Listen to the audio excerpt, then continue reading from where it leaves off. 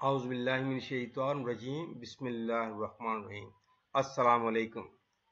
علم کی دنیا میں خوش آمدید۔ میں ہوں خالد محمود، معلم اسلامیات، اور حاضر ہوں ایک نئی دین کی معلومات پر مبنی ویڈیو۔ خواتین کے اعتکاف کے فقہی مسائل۔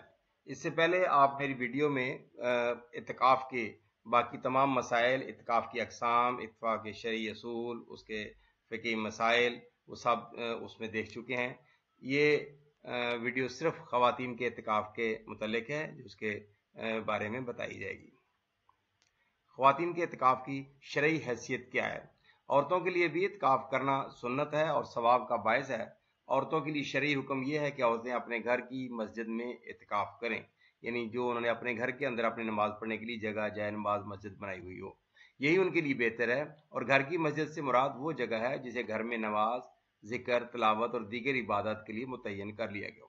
اگر گھر میں عبادت کے لیے پہلے سے خاص جگہ متعین نہیں ہے یا مقرر نہیں کی ہوئی ہے، تو اعتکاف کے لیے گھر کے کسی کونے یا خاص حصے میں چادر یا بستر وغیرہ ڈال کر ایک جگہ مختص کر لی جائے، اور چاہیں تو اس کے گرد آپ چادریں لٹکا کے پردے لٹکا سکتے ہیں، پھر اس جگہ اعتکاف کیا جائے۔ اور عورتوں کے لیے گھر کی مسجد بالکل اسی طرح ہے جس طرح مردوں کے لیے مسجد کا حکم، یعنی جو احکام مسجد میں اعتکاف کرنے کے مردوں کے لیے ہیں، وہی احکام عورتوں کے لیے اس اپنے گھر کی مسجد میں اعتکاف کرنے کے ہیں۔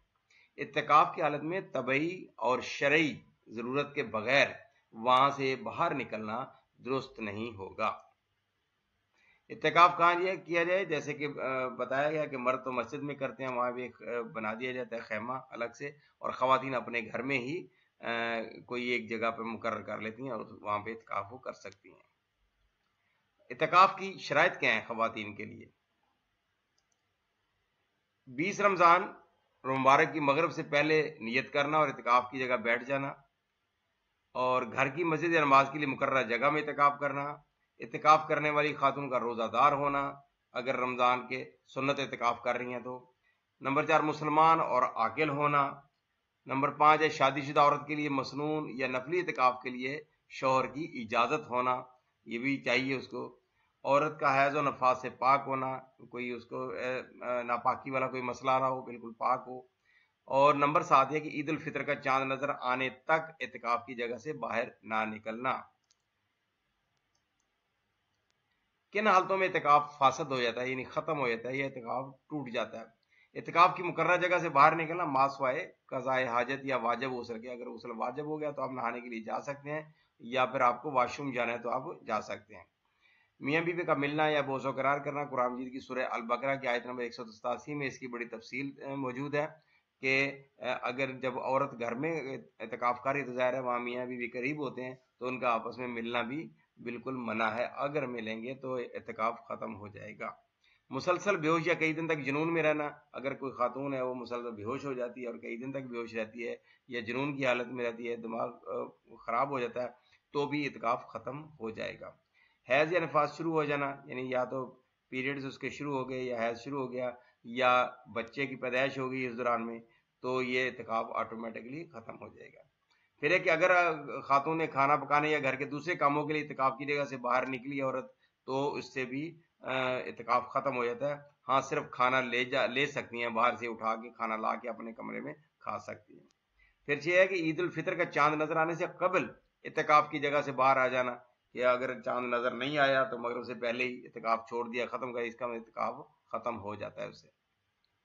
مسئلہ ہے کہ اگر کسی بھی وجہ سے اعتکاف ختم ہو جاتا ہے تو مرد ہو یا عورت، اسے سنت اعتکاف کی صورت میں روزے کی قضا کے ساتھ ساتھ اعتکاف کی بھی اتنے دن کی قضا پوری کرنا ہوگی، کیونکہ اس نے اپنے اوپر اس کو واجب کر لیا ہوتا ہے سنت اعتکاف کو۔ اعتکاف کے آداب کیا ہیں؟ کہ رمضان کے آخری عشرے میں اعتکاف کرنا سنت اعتکاف جو ہوتا ہے، اور نفلی اعتکاف کبھی بھی کر سکتے ہیں، کہیں پہ بھی کسی جگہ پہ بھی کر سکتے ہیں، آپ کتنے وقت کے لیے بھی کر سکتے ہیں۔ پھر اعتکاف کے لیے اپنے گھر میں نماز کے لیے مقرر جگہ یا کمرہ کو اعتکاف کے لیے مقرر کرنا، مخصوص کر لیا کہ ہاں جی یہاں میں اعتکاف کرنا ہے، وہ ہو گیا۔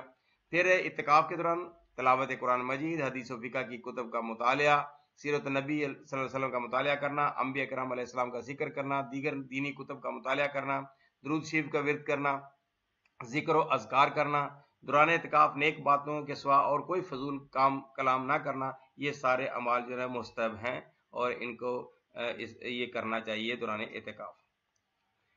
مختلف حدیث مبارکہ میں اعتکاف کے ثواب کا ذکر موجود ہے، جن کا ذکر اس ویڈیو میں موجود ہے، جس کا لنک آپ کو دیا جا رہا ہے۔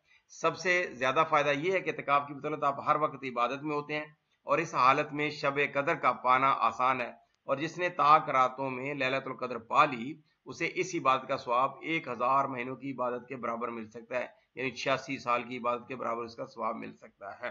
تو یہ سب اعتکاف کی معلومات تھیں اور اعتکاف کا ثواب تھا۔ اللہ تبارک و تعالی ہم سب کو اعتکاف کرنے، اس کے مسائل کو سمجھنے اور اس کے فضائل کو سمیٹنے کی توفیق عطا فرمائے، آمین ثم آمین۔ وما علینا الا البلاغ المبین۔ اگر میری بہنوں کو بیٹیوں کو اگر یہ ویڈیو پسند آئی ہو تو اس کو لائک کریں اور اپنے دوسرے دوست احباب بھائیوں کو یہ ویڈیو شیئر کریں، اور اس چینل کو اگر آپ نے ابھی تک سبسکرائب نہیں کیا تو اس چینل کو سبسکرائب کر دیں۔ اللہ تبارک و تعالی ہم سب کا حامی و ناصر ہو۔ اللہ تبارک و تعالی ہمارے علم میں اور عمل میں برکت عطا فرمائے، آمین ثم آمین۔